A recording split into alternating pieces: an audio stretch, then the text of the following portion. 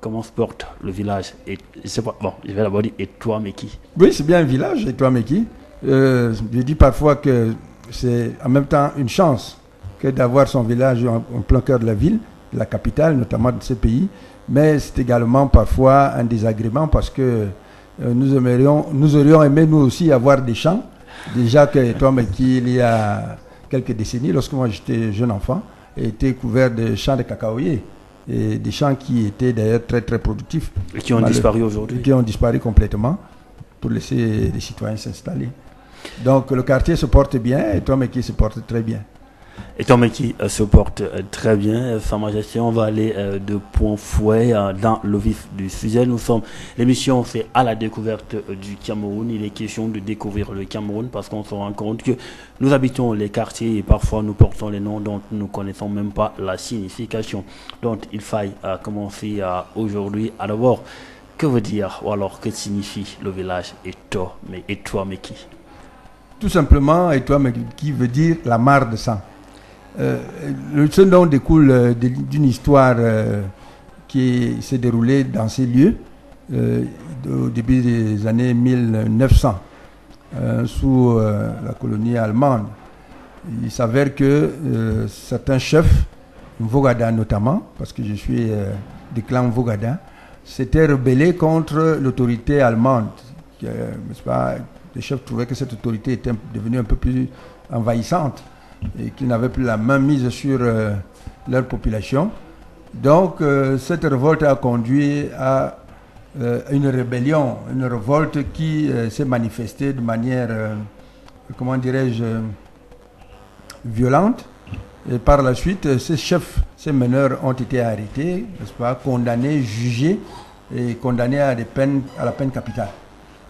À la peine capitale. Et vous avez dit qu'ils étaient au nombre. Est-ce que tous ont été condamnés au même? Les 4 meneurs, donc le chef Onambelonkou, mon grand-père, qui avait été arrêté, ont été condamnés à la peine capitale à être pendus.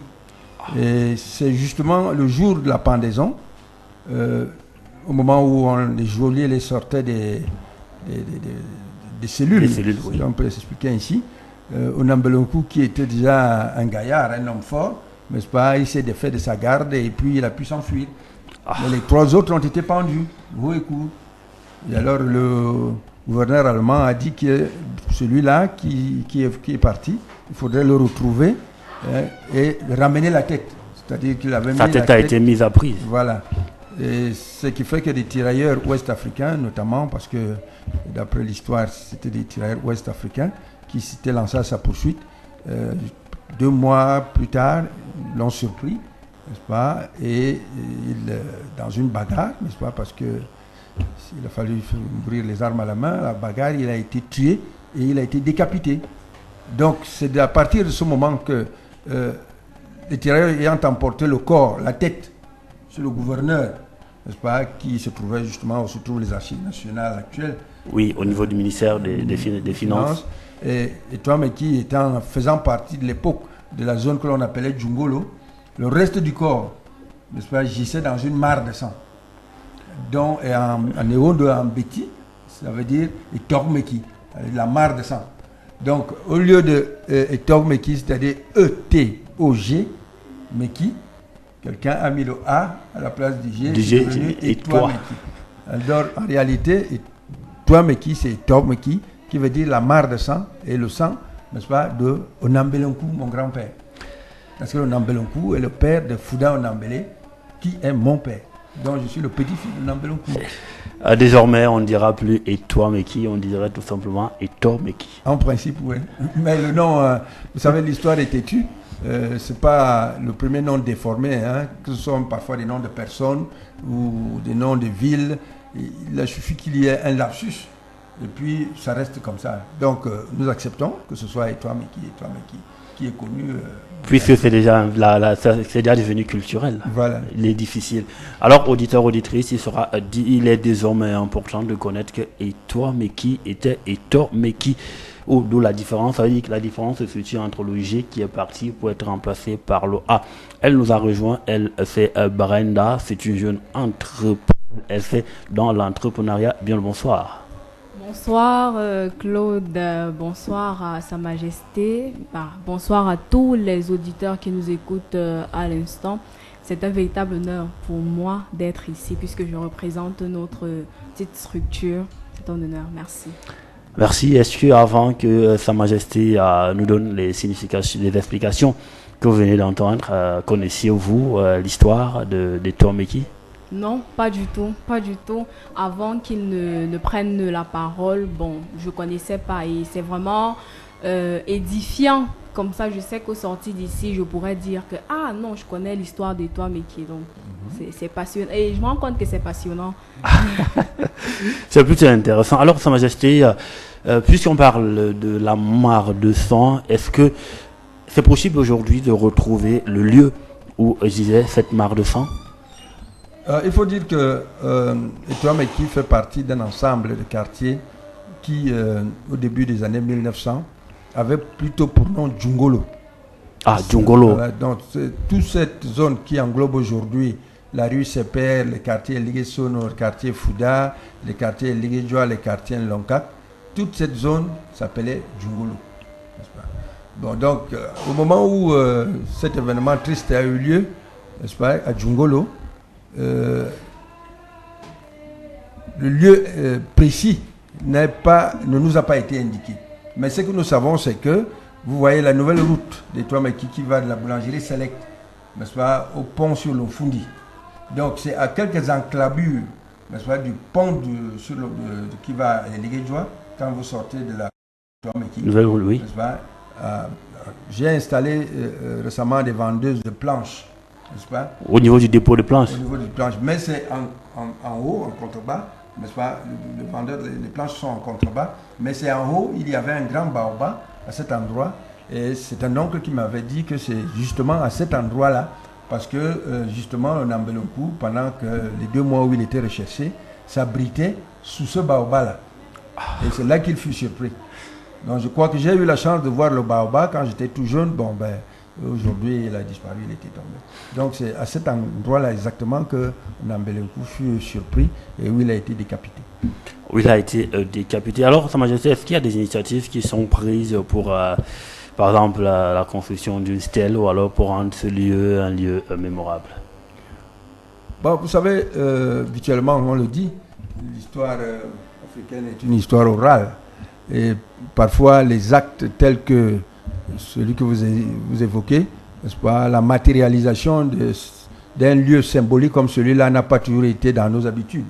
Bon, mais j'ai rencontré dernièrement un aîné, n'est-ce pas, il s'agit de l'acteur international Gérard Essumba, et qui m'a dit qu'il était en train de mettre sur pied justement un monument, je crois, qui serait représentatif de cet acte, n'est-ce pas, de cette barbarie allemande qui a eu lieu en ces lieux. Bon, peut-être qu'à ce moment-là, on aura quelque chose d'assez représentatif et je ne sais pas où est-ce qu'on va l'installer. Certainement, l'idéal serait au lieu où Tomeki, où Nambelonkou a été assassiné. Alors, Sa Majesté, aujourd'hui, il est resté Comment est-ce que la séparation s'est faite? Parce qu'aujourd'hui, on a l'hôpital Djungolo qui existe. On a l'impression généralement que Djungolo, c'est un autre quartier et que Tomeki est un autre quartier. Comment s'est effectuée, si on peut dire, entre guillemets, cette séparation? Ou alors la séparation n'existe pas, c'est toujours le même quartier? Non, il n'y a pas de séparation. D'ailleurs, beaucoup de personnes continuent de confondre un peu les dénominations de ces quartiers. Quand on parle de Djungolo, vous avez entendu parler du Djungolo 1, Djungolo 2, Djungolo 3, Djungolo 4, Djungolo 5, n'est-ce pas? Quand on parle de Djungolo, c'est toutes ces régions que je vous ai indiquées tantôt, n'est-ce pas? L'hôpital Djungolo, comme la paroisse Djungolo, sont au quartier Tomeki, ainsi que l'hôtel Franco, par exemple. Ouais. Je vous dirais que le supermarché Maïma est à Tomeki, parce que justement, la limite entre Tomeki et le quartier Ligue-Sono, qui sont tous les deux, n'est-ce pas, issus du grand quartier, du grand village Djungolo. N'est-ce pas? La limite entre ces deux quartiers, c'est justement la route qui sépare entre la Payotte, n'est-ce pas, et Maïma. Donc le supermarché Maïma est à Tomeki. Je faisais la remarque dernièrement au responsable de la la mairie d'arrondissement de Yaoundé premier, qui ont matérialisé, n'est-ce pas, les quartiers en mettant des enseignes. Et je crois que cette enseigne est mal placée parce qu'elle est placée plutôt à la sortie du supermarché Maïma, alors que ça devrait être à l'entrée, c'est-à-dire juste avant l'entrée, n'est-ce pas, en face du restaurant La Payotte. Il y a une voie qui rentre là. C'est là que commence Etoile Meki. D'accord. Sa Majesté, maintenant, puisqu'on vient de parler des questions de tourisme, on va donc remonter un peu dans l'histoire. Est-ce que sur le plan historique, alors en termes de vestiges, si on peut le dire, du côté de Djongolo, parce que vous l'avez souligné tout à l'heure, c'était d'abord des champs de cacaoyers. Les premières bâtisses modernes du village Etoile Meki aussi aujourd'hui, on peut les retrouver en dehors de l'hôpital Djongolo, parce que généralement on fait référence à Select. On a l'impression que c'est Select qui Non, Select, ça date d'à peine 2 décennies. Select, c'est hier. Mais Etoile Meki est un quartier, non seulement sur le plan historique, qui est un quartier qui a connu cet événement qui est à l'origine de son nom, comme je vous l'ai expliqué. Mais je vais vous surprendre. Etoile Meki abrite la première institution universitaire du Cameroun. Attendez. Vous savez que le président Ahidjo a inauguré la faculté de théologie protestante de Yaoundé en 1962, je crois, en 61. C'était la première école d'enseignement supérieur. Et à Etoile Meki, toujours dans ce bloc de la mission protestante américaine, tel que c'était à l'époque, n'est-ce pas, il y a la première auberge payante de la ville de Yaoundé. C'est-à-dire que le premier hôtel, le premier lieu où on a payé de l'argent pour dormir à Yaoundé, il s'agit du foyer international, qui était à Yaoundé, un bâtiment construit par les Américains. Parce que la mission protestante de EPC, de Djongolo, n'est-ce pas, c'était l'ancienne mission protestante, la mission américaine. Ce sont mes oncles qui les avaient installés, n'est-ce pas, et ils ont construit cette mission. Et c'est lorsque le Cameroun s'est émancipé sur le plan religieux en créant l'église presbytérienne camerounaise, les Américains leur ont cédé le patrimoine. Donc, à Etoile Meki, il y a des monuments historiques de la ville de Yaoundé. Comme je vous dis, la première institution universitaire et la première auberge payante à Yaoundé. Comme pour dire, Etoile Meki reste un pilier dans la cité capitale. D'accord. Et Sa Majesté, puisque nous avons évoqué, et au niveau du village Etoile Meki, vous avez dit, Etoile Meki est un pan du village Mvogada. Comment ça se passe en termes de cohabitation? Est-ce que la jeunesse essaye de se réapproprier l'histoire, essaye de se rapprocher vers vous? Et maintenant, au niveau puisqu'on parle, on est en Afrique, au niveau de la spiritualité, de la culture, dans le village Etoile Meki, est-ce qu'il y a une véritable particularité? Oui, je dirais que, vous savez, Etoile Meki est un peu comme, je le dis souvent, si le Cameroun est une Afrique en miniature, Etoile Meki est un Cameroun en miniature. Etoile Meki regroupe sur la population les ressortissants des 4 zones, n'est-ce pas, du nord, du sud, de l'est, de l'ouest, n'est-ce pas, du Cameroun. J'ai eu d'ailleurs, moi, la chance, vous ne serez pas surpris de m'entendre parler un peu le Bassa, n'est-ce pas, parler Etone. Un polyglotte, en fait. Voilà, parler Bafia. Donc, c'est-à-dire que c'est des jeunes frères avec lesquels j'ai grandi. Mais au jour d'aujourd'hui, ce qui est regrettable, c'est que, comme beaucoup de quartiers populaires de Yaoundé, qui n'ont pas eu un plan d'urbanisme, ces populations sont aujourd'hui appelées à se séparer, n'est-ce pas, du fait que, compte tenu de la pression, n'est-ce pas, de l'avancée de la ville, le quartier va de plus en plus connaître beaucoup de changements, et des enfants qui sont nés dans cet Etoile Meki, qui ont aujourd'hui peut-être 40-50 ans, ne pourront plus y vivre, du fait que le quartier n'ayant pas été urbanisé, il y a une occupation anarchique, et qu'il faille maintenant faire des voies d'accès, permettre que la circulation soit fluide, parce que Etoile Meki se trouve au cœur de la ville de Yaoundé. Et c'est pour moi un chagrin permanent, parce que j'ai d'ailleurs été de temps en temps interpellé par certains de mes frères avec lesquels j'ai grandi, qui ne vivent plus à Etoile Meki, du fait que d'après eux je ne leur ai pas donné du terrain. Je leur ai dit non, c'est tout simplement du fait que vos n'ont pas connu la l'acquisition de ces terrains, c'est-à-dire que l'obtention des titres fonciers. À partir du moment où ils ont vécu pendant 30, 40, 50 ans, mais comme ça, occupant peut-être qui 120 mètres carrés, 30 mètres carrés avec une maison en matériaux provisoires, en planche ou en terre battue, malheureusement, du jour au lendemain, n'est-ce pas, ils sont appelés à être déguerpis parce que des gens veulent construire des immeubles. Et ça, malheureusement, c'est la réalité. Donc, sur le plan culturel, donc, on a toutes les cultures, n'est-ce pas, quand vous rencontrez des Bamoun, comme on parlait de Bamoun tantôt, il y en a derrière une bonne... vous voyez derrière au Grand Carrefour et Touameki, tous ces taxis qui sont garés là le soir, n'est-ce pas, c'est la propriété des Bamoun, n'est-ce pas, il y a, comme toujours, nos amis de l'Ouest qui ont beaucoup de commerce, n'est-ce pas, nous avons une famille, une grande famille Bafia qui vit là depuis des décennies, et avec lesquelles j'ai grandi. Donc sur le plan culturel, c'est le Cameroun en miniature. Donc, je ne serais pas surpris également de me voir manger, que ce soit des copains, n'est-ce pas, ou bien le mbongo chobi. Du taro pilé. Quand bien, je vous ai dit tantôt que je préférais manger le mbongo.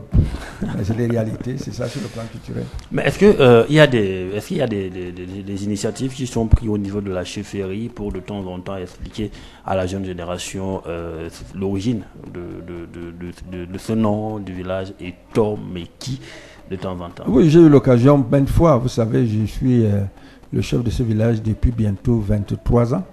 J'ai été intronisé en 1998. J'ai eu plusieurs fois l'occasion au cours des cérémonies, que ce soit lors de la prise de contact d'un nouveau sous-préfet ou d'autres cérémonies, comme par exemple il y a quelques années, je crois 2 ou 3 ans, mon épouse et moi, ma fille avaient initié un festival, n'est-ce pas, culturel à Touameki. Au cours de ce festival, j'avais effectivement élaboré un tableau, n'est-ce pas, qui expliquait l'historique du nom Touameki, y compris les chefs qui sont passés bien avant moi. La lignée de la chefferie. Et beaucoup de jeunes se sont intéressés, ils sont d'ailleurs très intéressés. Alors, Sa Majesté, le temps qui nous était réservé est imparti. Est-ce que vous avez parlé, avant de sortir définitivement, vous avez fait comprendre que Touameki était un clan du quartier Mvogada. Comment est-ce que cela s'est passé, que les Touameki est de ce côté, les Mvogada sont de l'autre côté? Oui, quand je parle de Mvogada, je veux parler de mon clan. C'est-à-dire, je suis Betty et je suis du clan Mvogada. Et les Mvogada, c'est une grande famille, une des familles autochtones. Les familles autochtones Mvogada commencent sur les collines du Mont Fébé, en passant par Lonka, Touameki, Ligisono Mvogada, qui porte le nom Mvogada, à Hala, Fanoyoa, sur la route d'Akona, jusqu'à Fekmimba. Donc, c'est un clan qui aujourd'hui compte beaucoup d'élites, n'est-ce pas? Vous avez sûrement entendu parler de nos élites, certains ministres et autres. Donc je suis Mvogada, c'est-à-dire c'est mon clan, ma tribu. Voilà. Donc nous sommes autochtones, donc des Touameki.